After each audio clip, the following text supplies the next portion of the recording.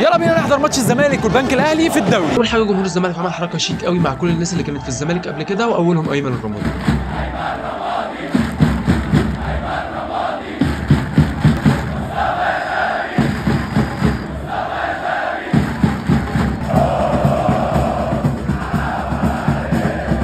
بعد كده بدأوا يوجهوا رسائل للإدارة وللعيبة.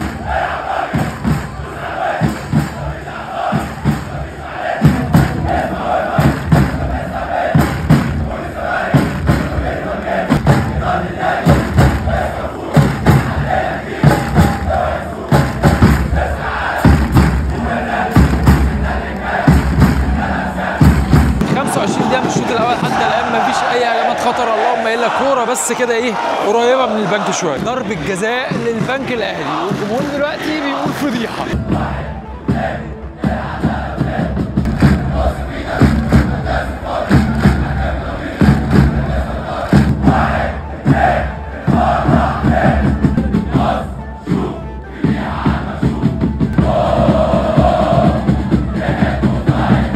يعني بعد الهتافات دي كلها الحكم حسب ضربة الجزاء عادي ولا حتى رجع للفار. الأول للبنك الأهلي من أسامة فيصل واعتذر للجمهور. التعادل للزمالك 1-1. الزمالك لحق نفسه بسرعة جدا بعد دقيقة أو دقيقتين من ضربة الجزاء بتاعه والمدرجات مقلوبة.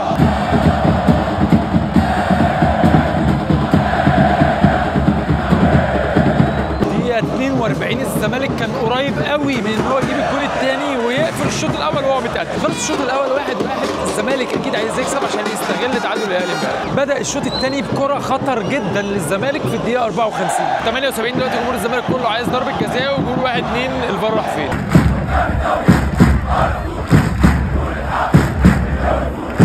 يا خبر ابيض يا عمرو يا ناصر، بتضيع في وقت زي ده. جمهور الزمالك مش راضي تماما عن محمود ناجي حكم الماتش النهارده، وبصراحه انا حاسس ان في هزه غريبه فيه كده موتره الماتش كله. خلص الماتش 1-1. الاهلي بيتعادل امبارح، الزمالك بيتعادل النهارده، الاثنين بيضيعوا نقط وبيفرشوا الدوري على طبق من ذهب لبيراميدز.